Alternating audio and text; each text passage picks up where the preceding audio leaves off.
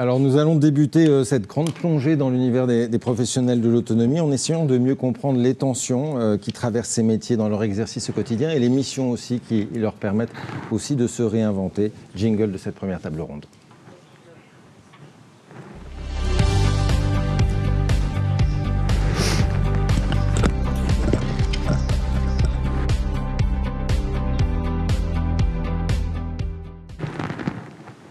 Et nous allons le faire en nous centrant sur 3 métiers qui illustrent à la fois la nature commune de ces tensions, mais aussi la diversité des approches et des missions et des réalités vécues, et avec des chercheurs qui ont suivi et étudié ces 3 métiers. Je vais vous les présenter tout de suite. Emmanuelle Puissant, bonjour. Bonjour. Vous êtes maîtresse de conférences en économie à l'université Grenoble-Alpes. Vous travaillez beaucoup sur l'économie sociale et solidaire, les métiers du secteur, en particulier celui des aides à domicile. Et en analysant beaucoup les ressorts de précarisation et du manque de reconnaissance de ces métiers. Vous avez d'ailleurs récemment publié un ouvrage, Aide à domicile, un métier en souffrance, avec vos 2 partenaires de travaux depuis longtemps, qui sont François-Xavier Devetter et Annie Ducet, qu'on avait reçu il y a précédente rencontre, et qui fait un peu la somme de vos travaux sur le sujet. Avec nous aussi Xin Bonjohani. Voilà.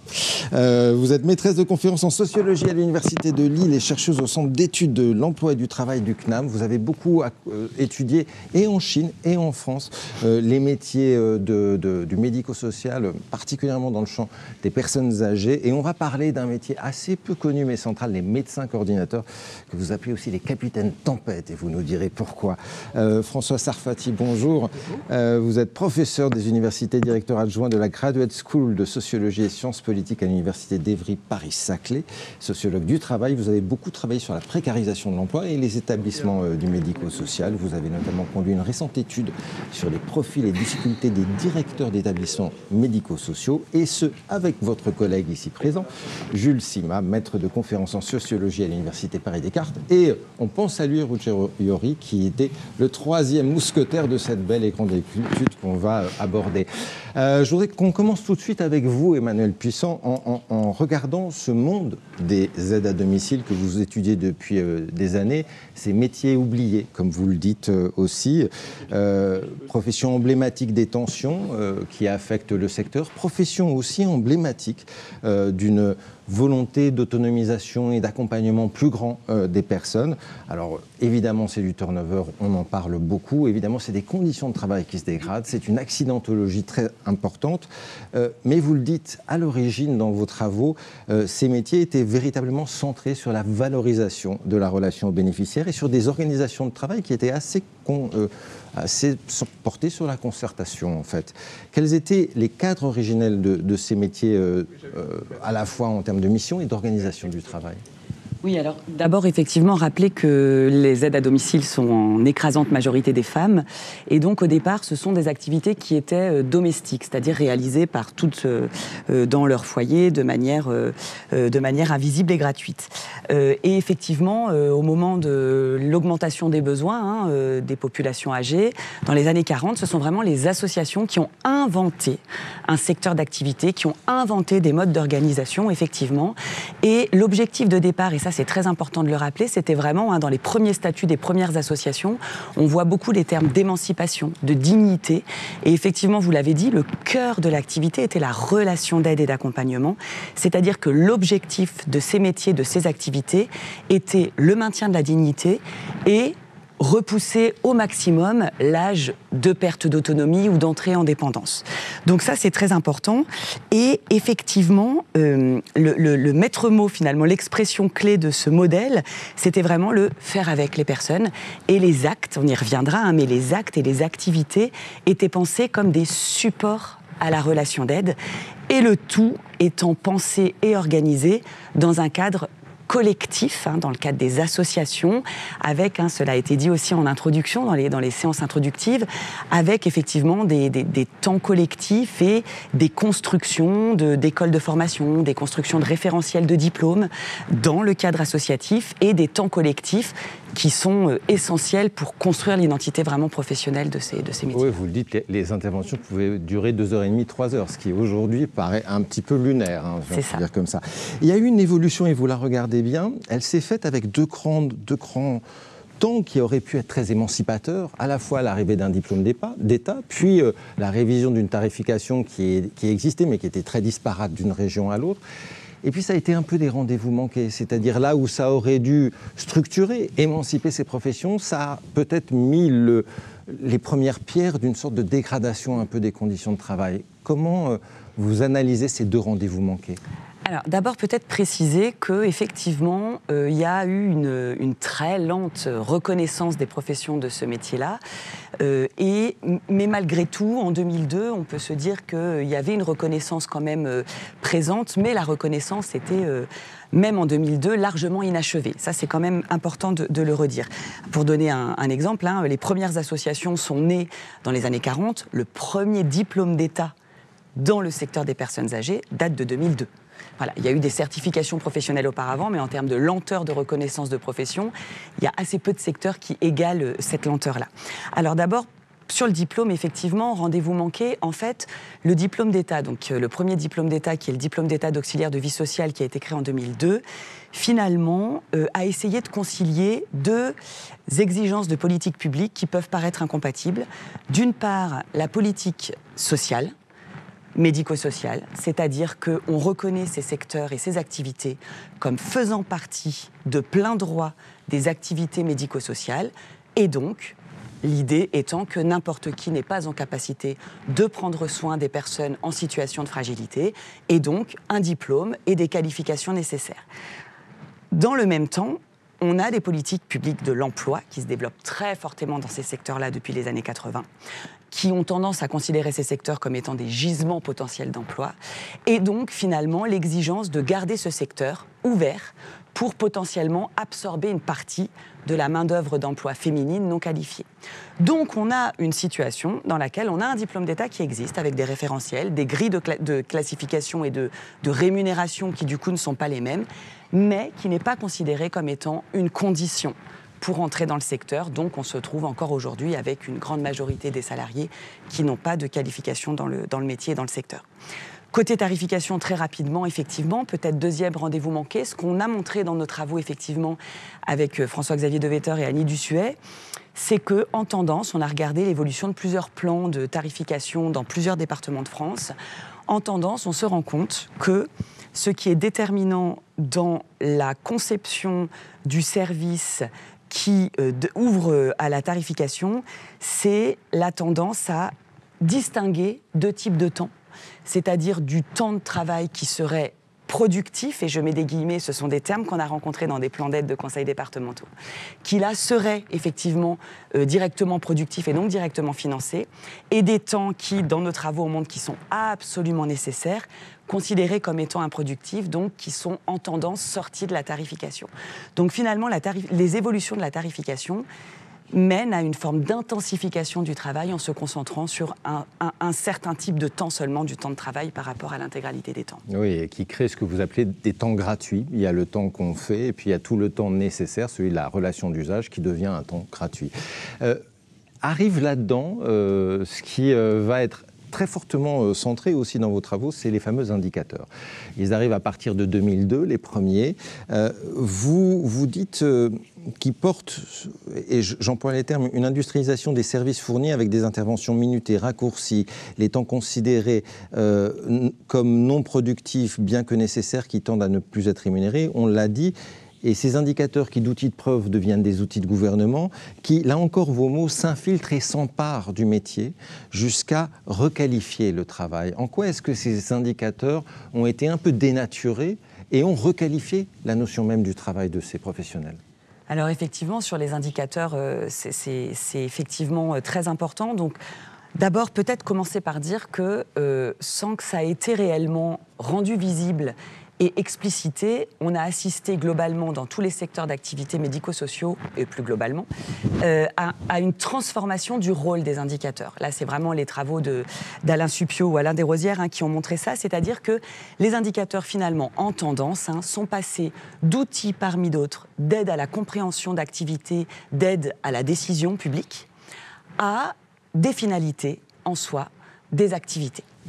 Donc, on a effectivement une participation directe des indicateurs à la requalification des activités, c'est-à-dire que l'atteinte des indicateurs centrés sur les fameux actes ou les fameuses activités qui originellement étaient des supports à la relation d'aide et d'émancipation des personnes aidées et accompagnées, sont devenus des finalités et les indicateurs permettent effectivement quelque chose qui est très important dans les évolutions du travail et la requalification de ces travaux-là, ce sont notamment les travaux d'Anne Leroy ou Florence Janicatrice qui le montrent, c'est qu'on a finalement relégué au second plan toute la dimension relationnelle, la dimension veille sanitaire et sociale, finalement toute cette partie centrale, voire première au départ, qui n'est pas quantifiable, qui est difficilement tangible, qui est difficilement anticipable et pour lesquels on ne peut pas mettre de référentiel de temps.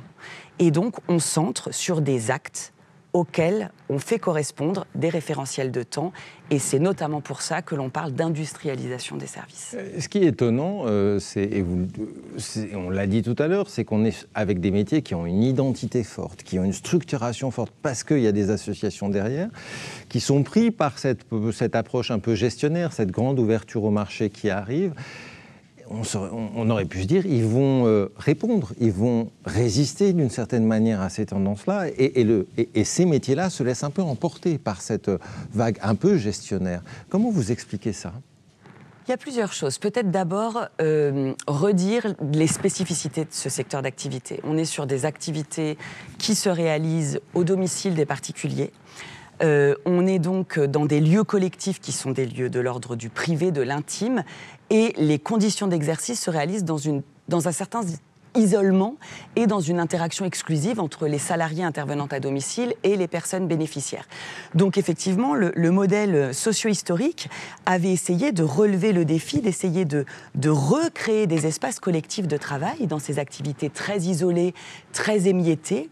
Et ce qu'on a très rapidement vu au niveau des tendances de la tarification, on voit que ces espaces collectifs ont tendance à être de moins en moins tarifés et donc ont tendance à être réduits au maximum.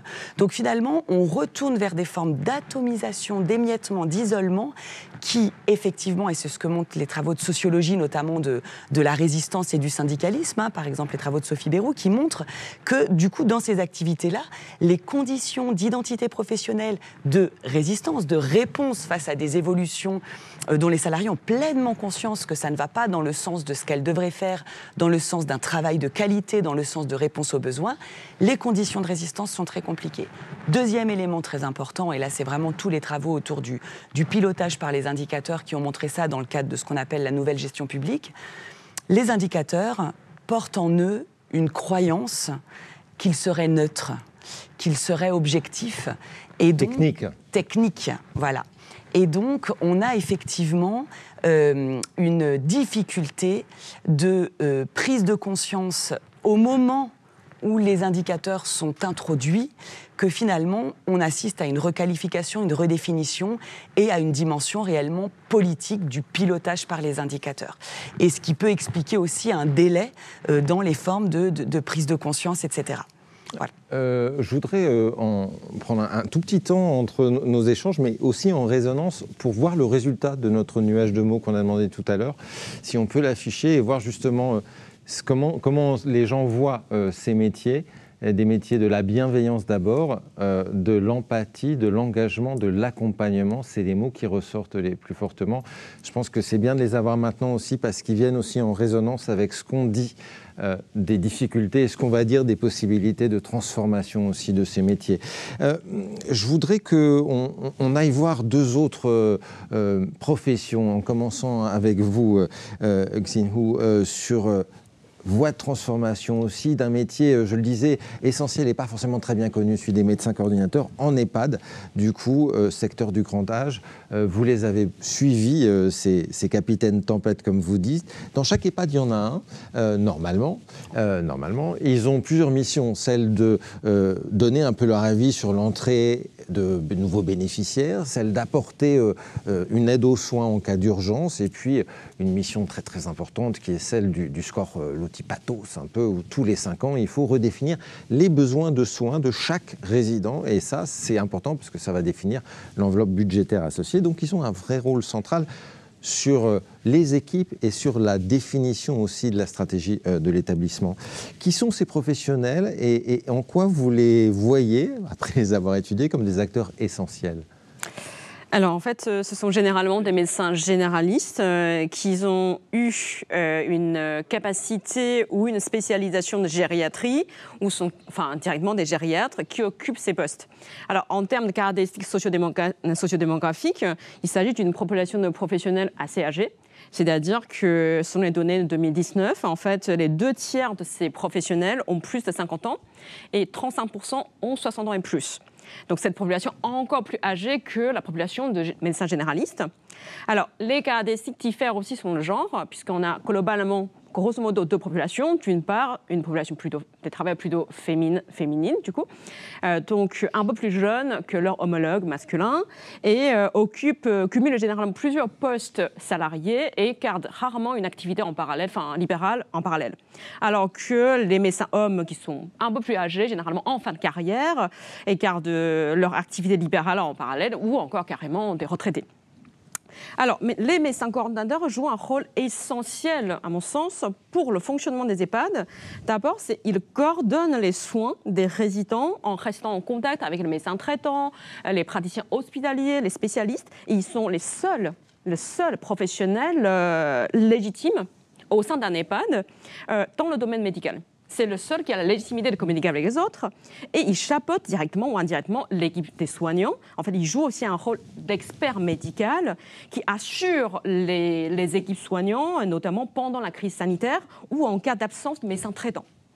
Et enfin, ils émettent un avis sur l'admission en EHPAD. En fait, cet avis a des répercussions très directes sur la charge de travail, sur les conditions de travail des soignants. Parce que certains types de profils nécessitent plus de charge de travail, plus d'accompagnement. Et ils sont, comme vous dites tout à l'heure, en fait, ils sont impliqués dans le processus de tarification des soins, donc jouent un rôle très important, du coup, sur la situation financière et indirectement sur les conditions de travail des soignants en EHPAD. Avec ce fameux outil Pathos. Donc tous les 5 ans, c'est un tellement gros truc, si je puis dire, qu'on s'y met 1 an à l'avance. Donc on se retrousse vraiment les manches. Et c'est eux qui sont les vrais pilotes de cet outil-là. Quelle est leur tâche là-dessus et quelle est la difficulté de leur tâche ? Alors, en fait, je vais préciser très brièvement d'abord l'attribution de financement de soins en EHPAD. En fait, pour calculer le budget soins, donc ce calcul est basé sur 2 scores, le GIR moyen pondéré et Pathos moyen pondéré. Donc, autrement dit, c'est le niveau de dépendance et les besoins en soins. Donc, en ce qui concerne le score Pathos, c'est vraiment emblématique, ce sont des médecins coordinateurs qui sont en charge d'évaluer les besoins en soins théoriques des résidents et proposent des codages, donc dans l'outil Pathos, et ensuite, leurs propositions sont examinées et validées par le médecin inspecteur de l'ARS.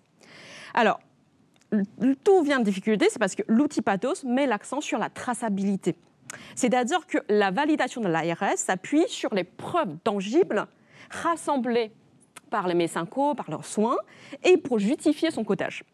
Par exemple, si un médecin coordinateur souhaite attribuer un code P1 à un résident souffrant des maladies cognitives, donc il doit avoir un diagnostic posé par un psychiatre, les comptes rendus des séances psychothérapeutiques, les ordonnances, etc.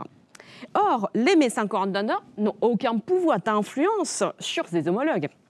Et il n'est pas toujours facile pour lui de récupérer tous les dossiers médicaux dans un délai qu'il souhaite. Et selon mes enquêteurs, en fait, certains professionnels refusent justement de remplir les dossiers médicaux ou de transmettre ces documents à l'EHPAD, malgré de nombreuses relances. Et certains EHPAD ont perdu des points scores à cause de ça. Et les médecins coordinateurs n'ont aucun levier d'action dans ces situations.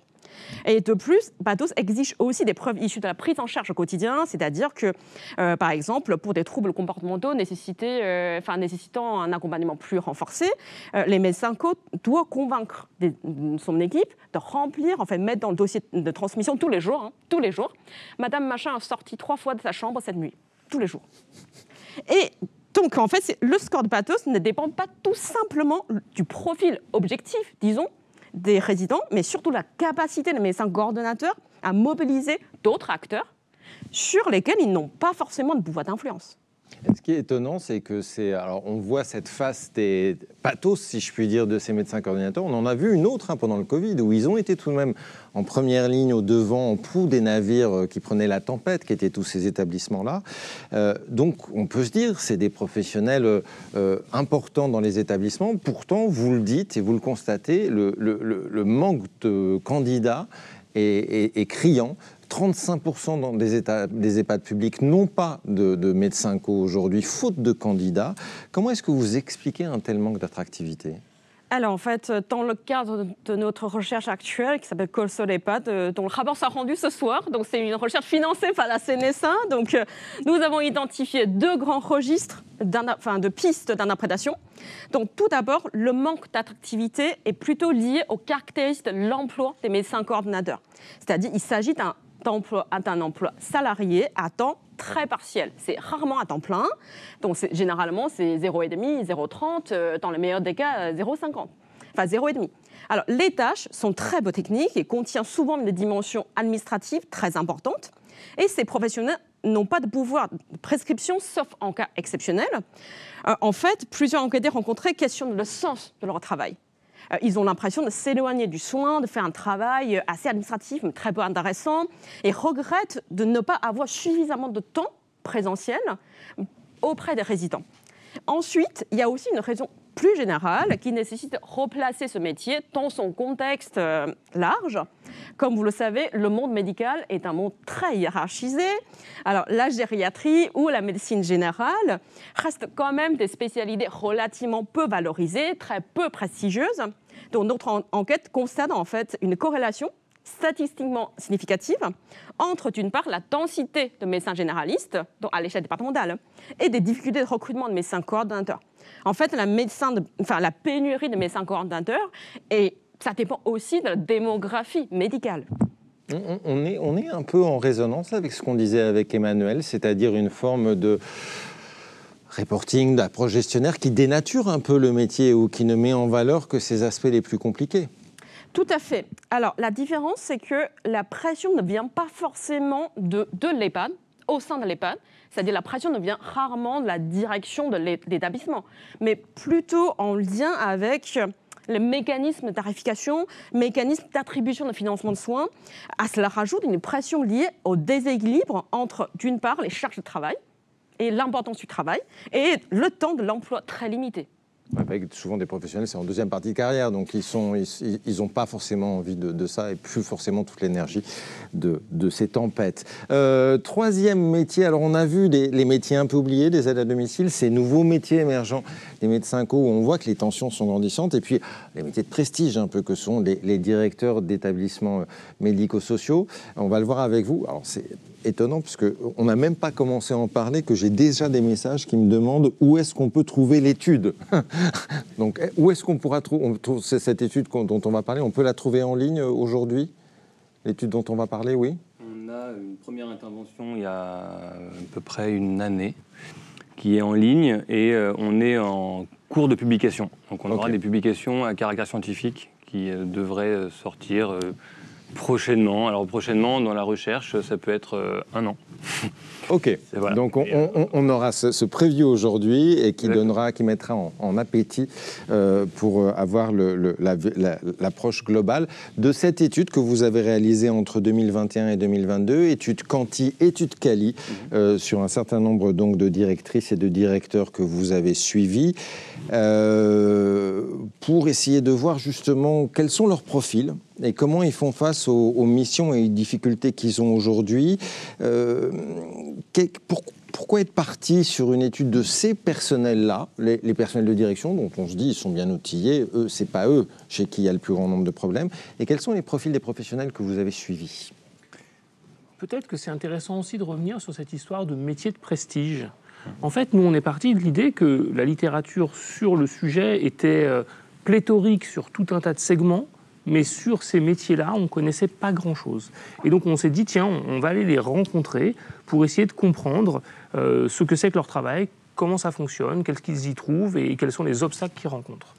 Et de fait, on comprend bien que la notion de prestige, elle doit être remise en question. Elle doit être remise en question, notamment parce que beaucoup se plaignent d'une rémunération qui est extrêmement faible, en tout cas par rapport à d'autres fonctions de direction dans d'autres secteurs d'activité professionnelle.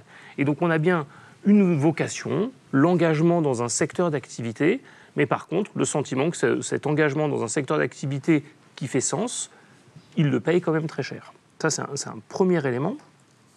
Et puis, du coup, nous, on s'intéressait à ces affaires de réforme gestionnaire et on voulait comprendre, quoi. Est-ce que ces réformes gestionnaires, elles s'abattent sur le secteur et sur ses professionnels de manière unilatérale? Comment ils font avec ces règles et comment ils se débattent pour faire tenir ces navires.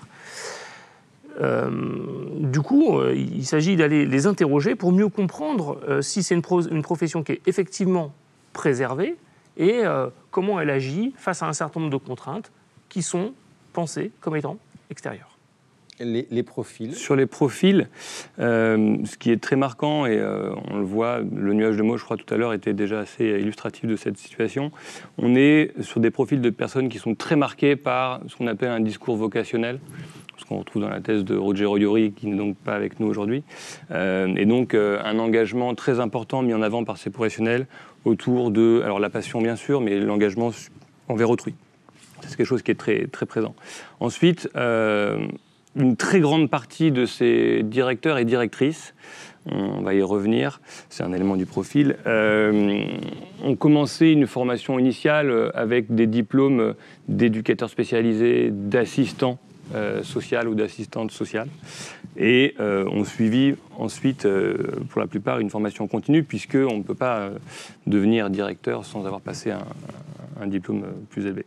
Donc ils ont commencé par des tâches d'exécution, ils sont ensuite passés à peu près tous et toutes par des tâches d'encadrement avant d'arriver ensuite à des fonctions de direction.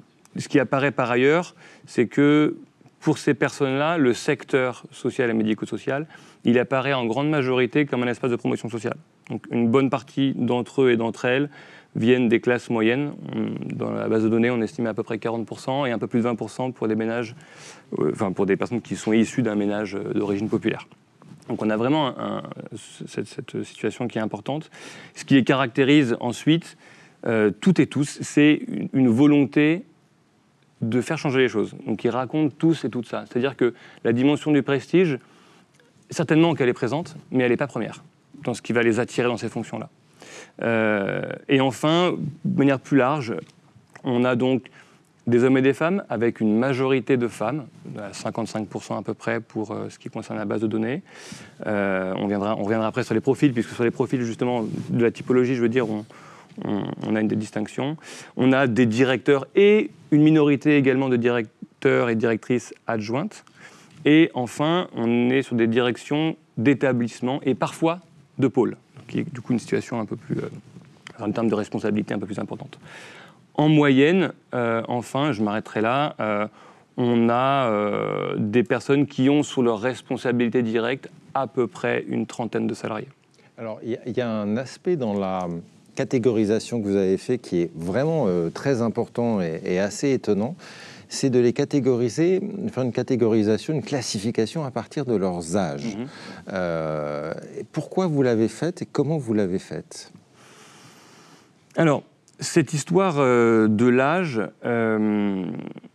c'est pas notre entrée première. Tranche d'âge, on va dire plutôt. C'est pas notre entrée première. C'est-à-dire qu'on n'arrive pas en se disant on va travailler sur cette question de l'âge. On arrive, comme l'a dit tout à l'heure François, autour d'un questionnement qui concerne le rapport au travail de ces professionnels et la manière dont ils vont incarner de manière différente probablement leur fonction de direction. On constitue donc cette base de données et elle fait ressortir des différences. Et les traitements statistiques qu'on mobilise font ressortir un certain nombre de variables qui sont structurantes pour la constitution de ces groupes. Il se trouve qu'effectivement, l'âge, mais aussi l'ancienneté dans le poste, et aussi le sexe, ressortent comme des éléments caractéristiques. À côté, évidemment, de tout ce qui concerne donc le rapport au travail, etc. Et donc, finalement, c'est pas l'âge qui est en réalité important pour nous, puisque l'âge, c'est une caractéristique qui va être attachée à l'individu, et c'est pas le fait d'avoir 30, 40 ans ou 50 ans, n'importe quand, n'importe où, j'ai envie de dire, qui va avoir un effet particulier sur ce rapport au travail. En revanche, ce qui a un effet, c'est une dimension beaucoup plus collective, contextuelle, et qui renvoie pour nous en fait, à une analyse en termes de génération. Et donc ces personnes-là, de fait, elles ont été marquées par une évolution. Évidemment, cette évolution, en fait, elle joue par étapes, si on schématise, et donc, en fonction, effectivement, de notre âge individuel, eh bien, on va être marqué par des contextes qui sont collectifs. Donc, notre entrée, elle est générationnelle. Et à partir de là, on a donc tiré ces... Avec 3 générations que vous définissez, quelles sont-elles, du coup ? Alors, peut-être... Pour situer ces générations, il faut situer les 3 groupes entre eux. Donc on a un premier groupe majoritairement constitué de directeurs d'établissement, qui ont passé la cinquantaine, plutôt autour de 55 ans, qui sont aux commandes depuis longtemps, une quinzaine d'années au moins, et qui se distinguent très nettement des 2 autres groupes. Un deuxième groupe qui est plutôt composé de femmes, de directrices et de directrices adjointes, qui ont plutôt autour de 30 ans, 35 ans, rarement la quarantaine, qui est un groupe massivement, vous l'aurez compris, féminisé, alors que le précédent groupe était massivement masculin. Il se trouve qu'il y a un groupe intermédiaire, qui est strictement un groupe mixte, où il y a quasiment autant d'hommes que de femmes, et qui a un âge absolument intermédiaire entre les deux, schématiquement 35, 45, 55 ans. Ce qui est intéressant dans cette affaire, c'est d'abord de montrer qu'en effet, on est sur une approche générationnelle, parce que ce qu'on arrive à recomposer, là, sur le coup, dans l'enquête qualitative, c'est le fait que, au fond, les directeurs, les plus anciens, étaient déjà aux commandes de leurs établissements au moment des très grandes réformes du secteur. 2002, 2005, ils étaient déjà aux commandes, ils savaient comment faire tourner la boutique, et au fond, ces réformes arrivent, ils s'adaptent aux changements, ils vont bricoler autour de ces règles. Ils ont leurs acquis, d'une certaine manière. Ils ont leurs acquis. Et leur réseau. Ils savent faire tourner la structure, ils savent la diriger, ils savent négocier, avancer comme ça. À l'inverse, les plus jeunes, celles qui ont 35-40 ans, elles, au fond, elles sont dans une situation où, quand elles ont commencé dans le secteur, dès leur formation initiale comme éducatrice spécialisée, comme assistante de service social, elles ont ordinairement appris l'existence des outils, des indicateurs de gestion dans leur formation initiale.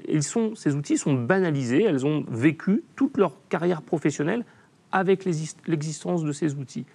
Et à l'inverse, la génération intermédiaire, elle est très intéressante parce qu'elle permet de comprendre qu'on avait des gens qui étaient dans les structures et qui ont eu à absorber ces outils, ces nouvelles façons de travailler, alors même que ces gens n'étaient pas encore en situation de pouvoir prendre des décisions et en situation de pouvoir gérer les structures. Autrement dit, on est dans une situation dans laquelle, au fond, l'introduction de ces outils de gestion, il est évidemment différencié selon la position qu'on a dans l'organisation au moment où ces outils sont introduits, et ça va avoir des différences très très fortes dans la façon de se situer par rapport aux réformes, de se situer par rapport à l'ordinaire de son travail, et puis de se situer dans ses conditions de travail.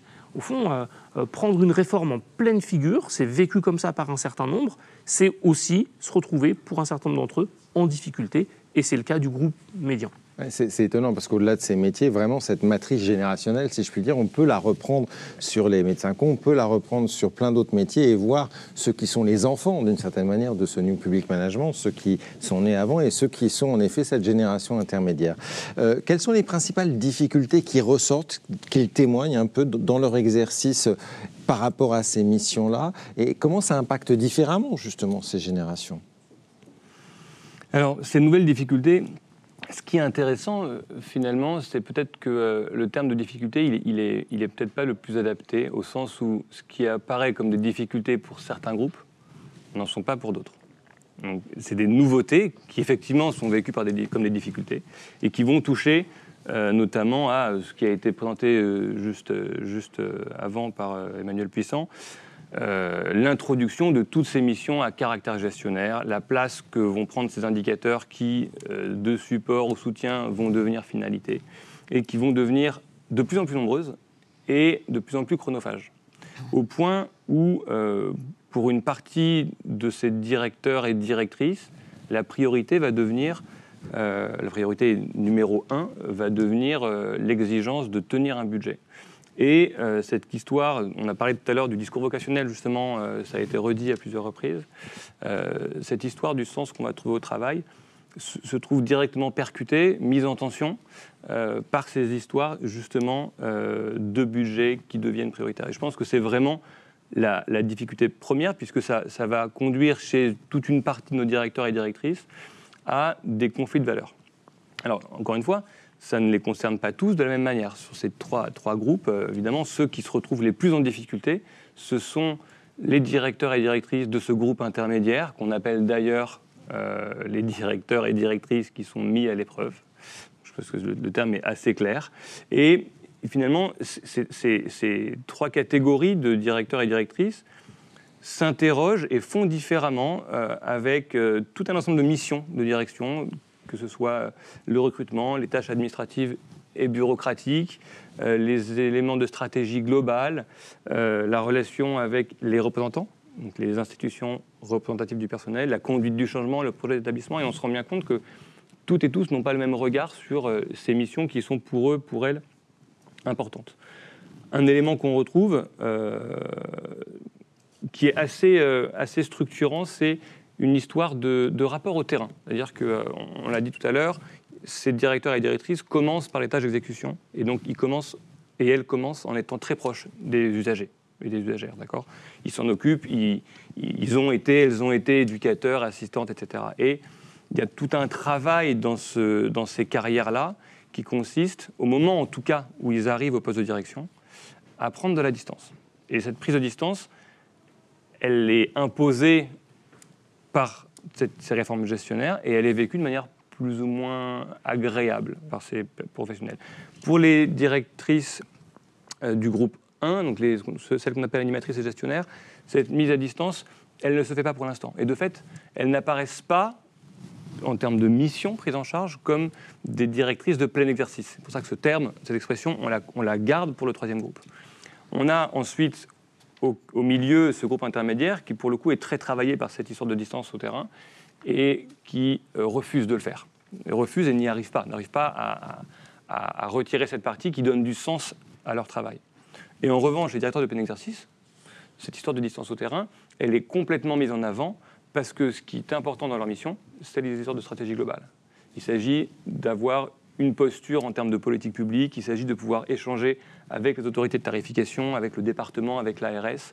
Et du coup, de ce fait, tout ce qui concerne le quotidien de l'usager, il est bien important puisque ça reste la mission de la structure, et ça c'est rappelé systématiquement en termes de mission de service public, etc. Mais ce n'est pas les missions qu'ils et elles vont prendre en charge. Si tu veux compléter éventuellement. Moi, j'ai en tête des tas d'entretiens dans lesquels des professionnels nous disent ça. Moi, j'ai beau être directrice, en fait, quand je rentre dans mon établissement et si je vois cette personne âgée qui galère à pousser son siège et qui n'arrive pas à sortir et où j'arrive, hop, je me retrousse les manches, je déplace le lit, je déplace la porte ou j'envoie une équipe. J'ai besoin d'être là et de faire ça. Et à l'inverse, en fait, ça, c'est quand même une activité qui est finalement extrêmement chronophage. Être attentif aux autres, on parle des métiers de l'attention. C'est une activité qui prend un temps considérable, qui en prenait beaucoup quand on était en première ligne, qu'en prend en fait encore chez un certain nombre de directeurs et de directrices qui veulent maintenir ce sens au travail. Et de fait, d'une certaine manière, ce que beaucoup disent, c'est que les injonctions qu'ils subissent à négocier, dialoguer, discuter et rendre des comptes les privent bien souvent du temps et même de la possibilité de faire ça. Et je trouve qu'il y a un élément qui est important parce que dans le groupe intermédiaire, par exemple, ce qu'on observe, c'est un certain nombre de directeurs ou de directrices qui arrivent dans des nouveaux établissements et où, en fait, on a bien compris, les conseils d'administration ont bien compris que l'occasion d'un renouvellement, l'occasion d'un changement de direction, c'est aussi l'occasion de reposer des règles, c'est aussi l'occasion de se reposer à plat. Et un certain nombre d'entre eux nous disent « Moi, je suis arrivé dans cette nouvelle structure, alors j'ai mis ma casquette de directeur, et puis, en fait, là, je me suis rendu compte que mettre la casquette, ça ne suffisait pas à incarner la fonction, à être pour de vrai un directeur, et il a fallu aller au charbon, aller à la bataille, dans des établissements qui, pour certains, étaient encore restés sur des normes un peu anciennes et où un ancien directeur, une ancienne directrice un peu charismatique s'accommodaient avec le reporting. Et tout d'un coup, ces nouveaux directeurs, ils ont pour ordre, par leur conseil d'administration qui vient de les nommer, ils ont pour ordre de clarifier les choses, de mettre à plat et en fait de se remettre dans les sillons du droit et de la gestion contemporaine. Et ça crée des difficultés, des conflits, des frictions, on le voit. Parfois, ces frictions arrivent à s'apaiser dans le temps, mais parfois, on comprend que c'est des moments qui mènent une partie des membres de ce groupe au burn-out, et un burn-out qui est d'autant plus difficile à évoquer qu'au quotidien, leur fonction de direction consiste à représenter la structure devant les cadres intermédiaires, devant les personnels de première ligne, devant les usagers, devant les représentants des usagers, et donc se dire en difficulté, c'est très très compliqué parce qu'au fond, ils ont quand même compris qu'en tant que directeur, il fallait qu'ils assument une fonction de représentation de capitaine, et le capitaine ça tient droit. Il se tient droit, quoi.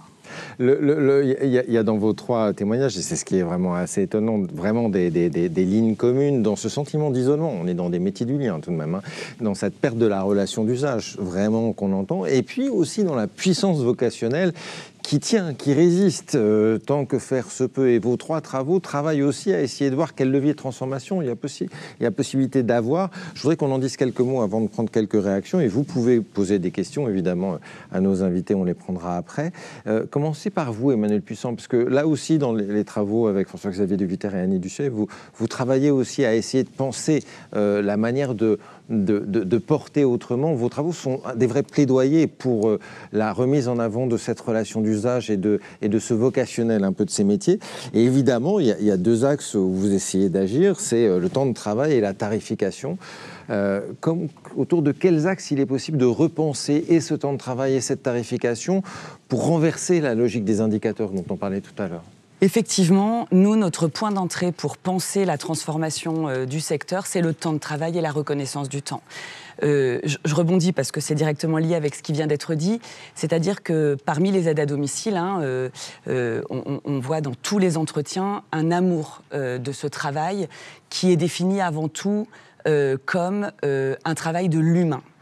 Les salariés ont vraiment une conception assez précise, assez fine et poussée de ce qu'elles doivent faire pour faire du bon travail, pour faire du travail bien fait, compris comme répondre aux besoins des personnes qu'elles accompagnent. Aujourd'hui, au vu de tout ce qu'on a dit sur la diffusion des indicateurs, la nouvelle gestion publique, aujourd'hui, la majorité des salariés qu'on a rencontrés nous disent « si on fait ce qu'on nous demande de faire dans le temps imparti et dans les conditions, on fait de la maltraitance ». Donc, il y a une énergie, un temps passé au quotidien pour garder du sens, pour trouver, voire arracher des marges de manœuvre pour continuer de pouvoir faire du bon travail. Et ce qu'on montre là dans nos derniers travaux, effectivement, c'est que le système tout entier est devenu insoutenable, humainement, économiquement, socialement, burn-out, etc., perte de sens au travail, et qu'il ne tient que par le développement du travail gratuit des femmes, qu'elles soient aidantes familiales ou qu'elles soient salariées. Et donc, c'est pour ça que dans les pistes de transformation, l'enjeu de la reconnaissance de tous les temps, parce que font les salariés? Elles sortent du temps de travail rémunéré pour rester chez les personnes, pour pouvoir faire du travail de qualité. Et donc, un des enjeux qui touche du coup les questions de la tarification, qui touche les questions de l'organisation collective du travail, qui touche les questions de régulation publique en fait, qui touche toutes les questions. C'est l'enjeu et l'urgence de la question de la reconnaissance de tous les temps de travail non hiérarchisés, qui est un impératif si l'on veut remettre la relation et la dignité des personnes qui travaillent et qui ont besoin des services au cœur du service. Et on a budgété à peu près, on a quantifié à peu près, s'il y a reconnaissance de tous les temps relationnels collectifs, on est à peu près à une exigence d'une augmentation de 25-30% des niveaux de rémunération pour un temps de travail qui reste le même. Un petit mot sur un aspect que vous soulignez et que je trouve assez intéressant et paradoxal, c'est le rapport à l'emploi direct. Et vous dites que l'emploi direct, c'est souvent vu comme une sorte de symbole un peu de l'autonomisation des bénéficiaires qui deviennent employeurs, etc. Et vous dites oui, mais c'est aussi un facteur de précarisation des professionnels. En quoi ? Alors, l'emploi direct, et d'abord, c'est important de préciser qu'il ne s'agit pas là de désigner ou de condamner les personnes qui, de fait, individuellement, sont engagées dans une relation d'emploi direct. L'emploi direct, aujourd'hui, se développe aussi du fait de la dégradation très forte et rapide des conditions sociales collectives prestataires de l'aide à domicile, avec des filets d'aide à domicile chez les personnes, des interventions d'une demi-heure, d'une heure, etc. L'emploi direct, effectivement, et c'est ce qu'on a essayé de montrer dans nos travaux, au niveau de l'accès aux droits, on est sur des conventions collectives qui sont les moins favorables pour les salariés et les conditions sociales d'exercice de ce mode d'emploi nous semblent être contradictoires avec les consensus qui commencent à se construire, y compris, pas seulement de nos travaux, de rapports gouvernementaux, parlementaires, de différents bords politiques qui insistent sur les enjeux de formation et les enjeux de multiplier les espaces collectifs de travail.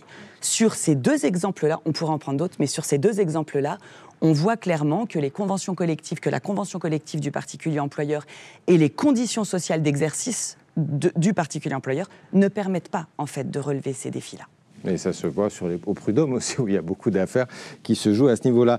Sur les médecins Guinjou, comment est-ce qu'on est aujourd'hui dans la possibilité d'améliorer la situation, de leur redonner de l'autorité, parce qu'ils en ont besoin pour faire leur score pathos, vous l'avez dit, et puis pour leur redonner aussi du sens dans la réalité d'un métier qui n'est pas que celui de courir après la traçabilité des soins procurés? Alors, je souhaite donc d'abord ajouter une précision, c'est la question de coupe pathos. Généralement, donc théoriquement, c'est tous les 2 ans et demi. En réalité, c'est plutôt tous les 5 ans. Du coup, les pistes d'amélioration ne doivent pas donc consister uniquement des pistes pour améliorer, enfin tout ce qui est en lien avec le pathos, mais aussi un peu les conditions de travail au quotidien. Donc, en fait, je pense qu'il faudrait d'abord revoir 2 points. C'est le temps de travail et le pouvoir de prescription des médecins coordonnateurs. Et ces 2 points vont généralement ensemble, sachant que les médecins coordonnateurs rencontrés mettent en avant généralement également la dimension vocationnelle du travail. C'est-à-dire, ils disent clairement, on est là, pas pour l'argent, sinon on ne serait pas en EHPAD. Et pour eux, en fait, le cœur du sens de leur travail, c'est le soin auprès des résidents âgés. Et l'une des raisons très importantes de quitter ce secteur, il dit mais j'en pouvais plus, je quitte, je lâche, j'arrête ce travail, c'est ce sentiment de culpabilité, ce sentiment de ne pas avoir suffisamment de temps pour faire correctement son travail. Sachant que mes enquêtés me disent mais des fois je reviens au week-end ou le soir parce que j'arrive pas à dormir. Voilà. Donc certaines régions depuis quelques années, tout récemment, ont expérimenté un dispositif de médecins prescripteurs en EHPAD.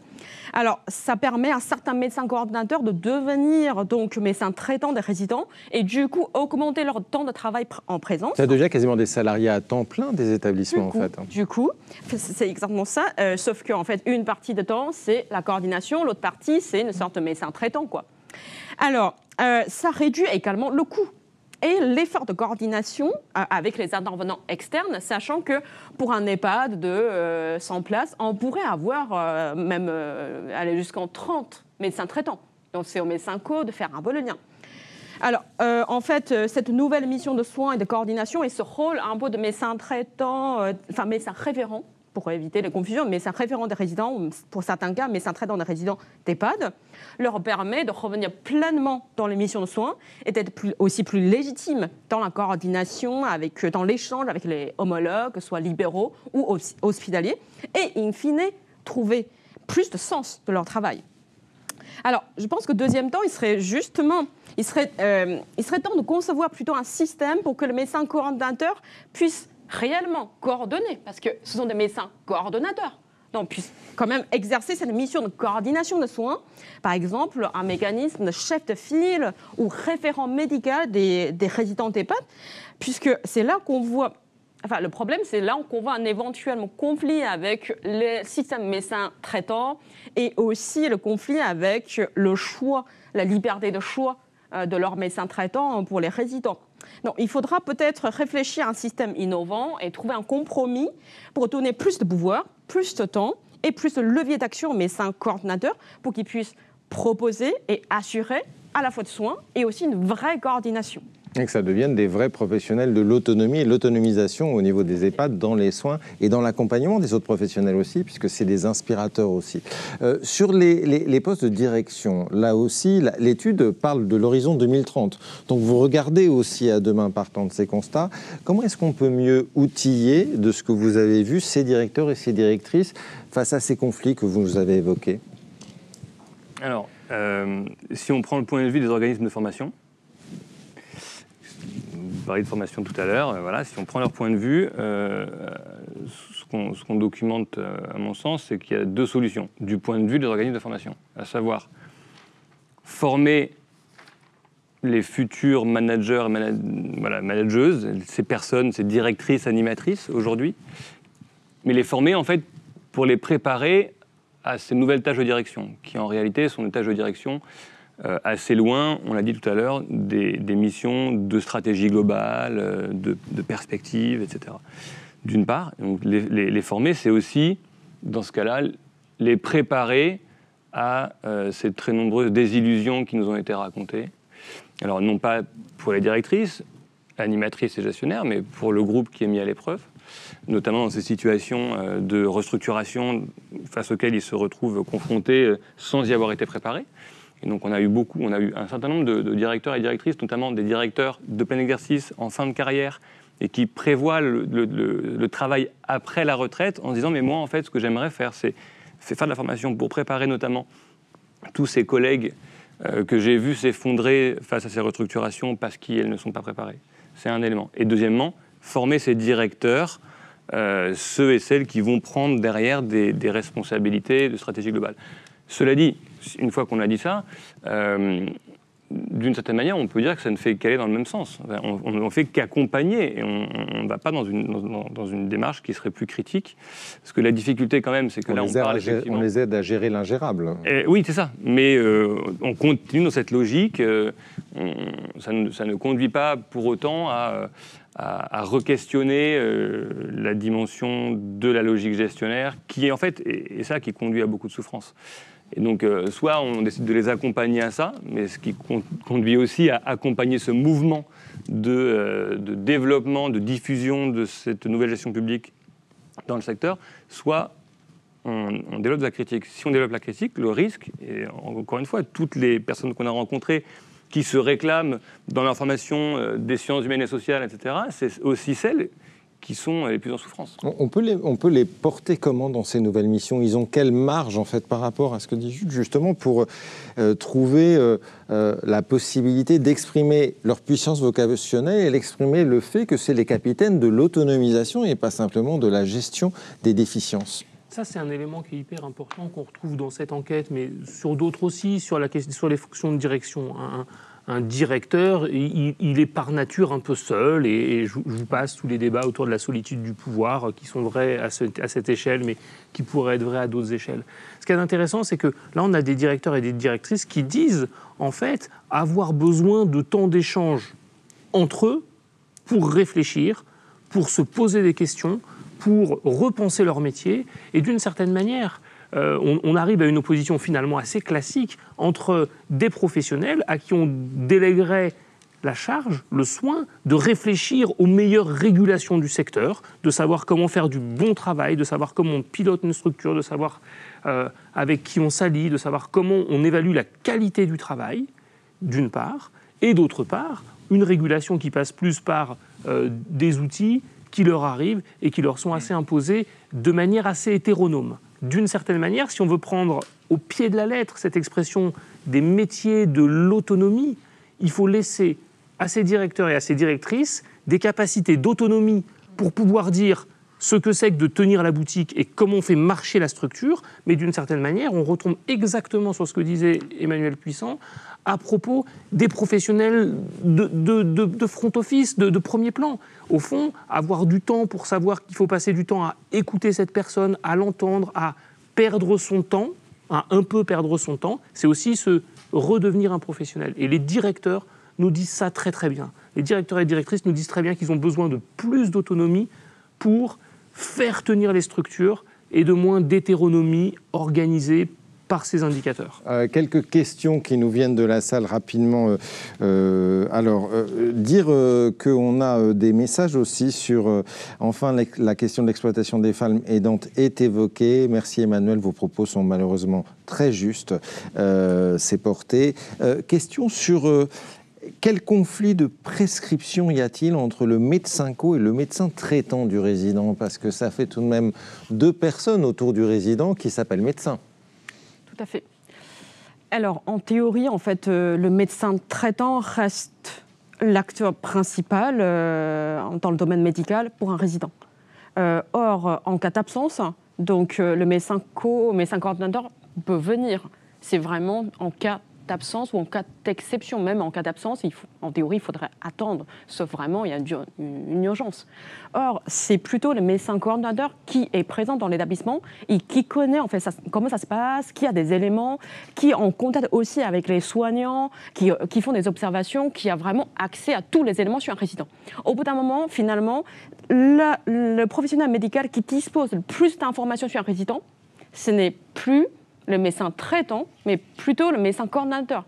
En revanche, sur l'aspect historique, bien sûr, un médecin traitant a toujours une grande légitimité, mais c'est là qu'on voit, on a plutôt besoin d'avoir quelqu'un qui maîtrise la situation actuelle ou quelqu'un qui connaît l'historique. Donc c'est là qu'on peut vraiment voir un vrai conflit, et sachant que c'est aussi un conflit de groupe professionnel, un conflit de métier. Derrière, c'est quand même 2 métiers. Il peut y avoir des spécialistes aussi, parce qu'il y a des pathologies associées qui peuvent être présentes. Sur les trois générations, est-ce qu'il y a des différences entre les secteurs publics, privés non lucratifs et privés lucratifs qui se jouent, de ce que vous avez pu voir? On n'a pas les moyens de distinguer des différences entre ces 3 groupes selon les différents espaces évoqués. Et donc, ça ne dit pas qu'il n'y en a pas, mais ça dit que les indicateurs statistiques que nous, on peut mobiliser ne permettent pas de trancher définitivement cette question. Répondre aux exigences de son conseil d'administration est tellement importante. Quelle place accorde-t-il, ces directeurs, à la préparation d'une entrée en institution depuis le domicile? Est-ce que c'est c'est vrai que c'est un moment clé pour eux tout de même, et ça rejoint le médecin co. C'est qui on fait rentrer, comment on fait rentrer.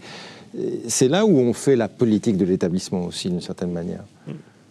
On se retrouve chez ces directeurs, comme dans plein d'autres espaces, qui sont soumis aux mêmes normes et aux mêmes réflexions autour du New Public Management. Moi, je trouve que c'est hyper important de se dire que derrière ces indicateurs et ces politiques d'imposition du New Public Management, c'est pas simplement le secteur dont on est en train de parler là qui est mis au pas de ces règles-là. On a des tonnes de témoignages dans des tas de secteurs qui disent la même chose. C'est vrai dans l'enseignement supérieur et la recherche, c'est vrai dans d'autres services publics, alors on pourrait les nommer, mais d'une certaine manière, ces règles-là, elles conduisent à la mise en concurrence, à l'évaluation extérieure et interne. Et de fait, les processus de sélection qu'on observe dans les établissements scolaires ou d'enseignement supérieur sont un peu les mêmes que les processus de sélection à l'entrée des EHPAD, quoi. Il y a un jeu de faire un casting pour avoir le bon nombre de gens en fonction de tel ou tel critère, de tel ou tel indicateur. Je me souviens d'avoir encadré un mémoire d'une jeune étudiante qui travaillait dans une structure d'accueil de personnes en situation de handicap. Et alors, il y avait un jeu stratège autour de la cotation des situations de handicap. Et il fallait en avoir autant comme ça, plutôt comme ça, pour équilibrer les dépenses, équilibrer l'engagement du groupe, quoi. C'est un élément qui est hyper important. C'est-à-dire qu'on oblige ces acteurs-là à devenir des stratèges, à compter, à calculer pour mieux jouer avec les règles. Et d'une certaine manière, ce boulot-là prend le pas sur le sens qu'on donne à son travail, sur la politique qu'on peut faire dans l'établissement, autre que gérer de l'optimisation de ressources. Alors, on me demande encore l'enquête qui est réalisée auprès de ces directeurs, ces directrices. C'est quoi le nom, où on la trouve? Je suis désolé. Hein, est-ce qu'on a au moins un nom qu'on peut donner pour que les gens aillent la chercher sur Google? La restitution dont on a parlé tout à l'heure, au tout début de l'intervention, c'était une restitution qui a été réalisée à l'UNESCO. Alors, donc je pense qu'on trouve ça sur le site. Avec vos 3 noms. Hein. Avec nos 3 noms. Et Horizon 2030, donc. C'était les directeurs et directrices. Voilà, il y a un nom. Les directeurs et directrices en 2030. Donc ça, vous pouvez y aller, regarder. Vous aurez la restitution. Donc un complément de live. Et puis vous aurez Ruggero Iori qui n'est pas avec nous aujourd'hui, mais qui sera là aussi. Et puis encore une fois, des éléments plus détaillés arriveront un peu plus tard. Plus tard, ouais. On nous parle aussi bien évidemment de la place de l'évaluation, de la démarche qualité, qui là aussi est potentiellement une source de rajout un peu de ces tensions-là.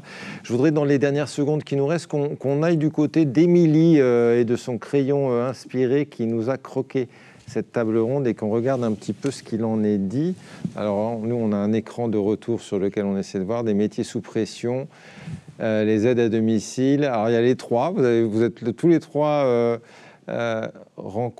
reconnaître tous les temps de travail sur ces 3 métiers. On est vraiment là sur... Voilà, c'est déjà un peu, on aurait pu le mettre à l'UNESCO, ça aussi, hein, dans cette présentation-là. Merci beaucoup, merci à vous 4 pour vos éclairages, pour vos travaux, pour les perspectives qu'ils ouvrent, autant que les constats qu'ils portent. C'est important et ça nous permet de bien plonger dans la réalité de ces professions-là. On va compléter avec un reportage de terrain qui nous emmène dans la réalité du travail d'une aide à domicile. On va voir ça tout de suite et puis on enchaînera après avec notre deuxième table ronde. Merci à vous 4. Merci. Généralement, on se fait des petits tréoménos comme ça, pour changer un petit peu quoi, de la vie quotidienne. Oui, j'ai un tout. Bah, mettez. C'est un petit. C'est un petit. Ça permet de voir autre chose, discuter, la faire changer aussi. Ça permet de créer aussi du lien ensemble.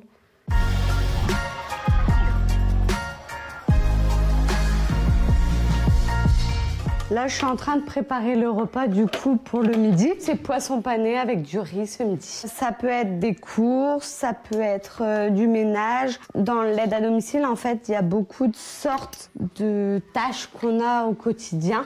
Louis, oui. On va manger? Oh non. Aussi un petit peu. Dans cette famille, j'arrive le matin vers 8h55.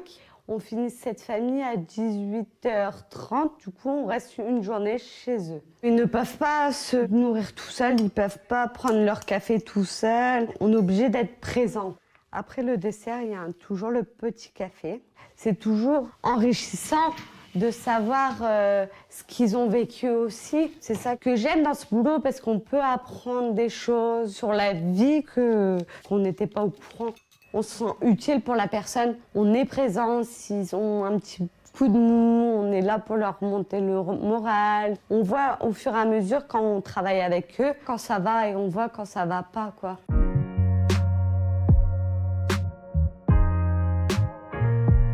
La plateforme GoSens, elle a commencé à fonctionner en 2022. L'objectif de la plateforme et ses missions, c'est de promouvoir les métiers de l'autonomie, d'accompagner les employeurs dans leur processus de recrutement et d'accompagner les candidats dans leur parcours de formation pour aller vers les métiers de l'autonomie. La plateforme GoSens est financée par plusieurs financeurs, dont la CNSA, qui est la Caisse nationale de solidarité pour l'autonomie. Depuis la création de la plateforme, on a vu 300 candidats.